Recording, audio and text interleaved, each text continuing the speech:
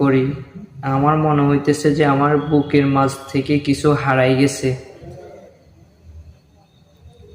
একদিন হঠাৎ করে সে আমার কাছ থেকে ফেসবুকের পাসওয়ার্ড চাইলো। আমার মনেও এমন কিছু ছিল না, তাই আমি তারে ফেসবুকের পাসওয়ার্ড দিলাম।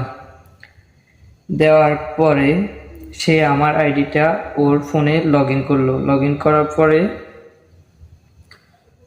আমার আইডিতে দেখছে যে আমার খালতো ভাই, আমার ভাই যাকে আমি ভাই যাকে বলি আর কি, আমি ভাই হিসেবে কথা বলতেছি, ও তো আর জানে না। তো আমার খালতো ভাইয়ের সাথে কিছু মেসেজ আছে, সে দেখছে। ও অনেক মেসেজ দিছে, বাট আমি এখানে রিপ্লাই দিই নাই পরবর্তীতে, আর আমিও মেসেজগুলো দেখি নাই ও কি মেসেজ করছে আমারে। তো হঠাৎ করে ওই মেসেজগুলোর নিচে দেখছে যে আমার ভাইটা আমারে প্রপোজ করছে। সেইগুলা দেখে সে আমারে বলতেছে যে আমারে ফোন দিছে একদিন, ফোন দিয়ে বলতেছে যে আমি বাইরের থেকে চলে আসবো, আসে তোরে এই মুহূর্তে বিয়ে করব।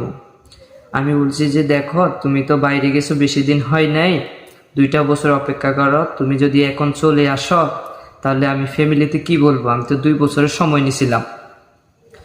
সে আমারে বলতেছে যে আমি এত কথা বুঝি না, আমি চলে আসবো, তোকে বিয়ে করব।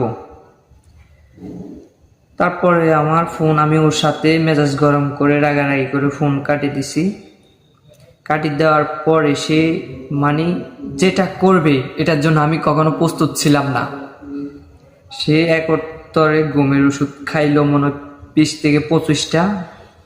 খাওয়ার পরে সে ওখানে পড়েছিল, ওর সাথে কেউ ছিল না, না ছিল ওর রুমের কেউ, না কোনো বাইরের কেউ।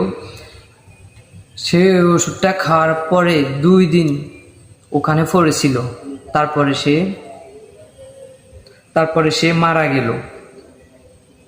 মারা যাওয়ার আগে সে আমারে মেসেজ করছে, তুমি তোমার নতুন মানুষকে নিয়ে ভালো থাকো, আমি আর বিরক্ত করব না তোমাকে, আমি সারা জীবনের জন্য তোমাকে মুক্তি করে দিয়ে গেলাম।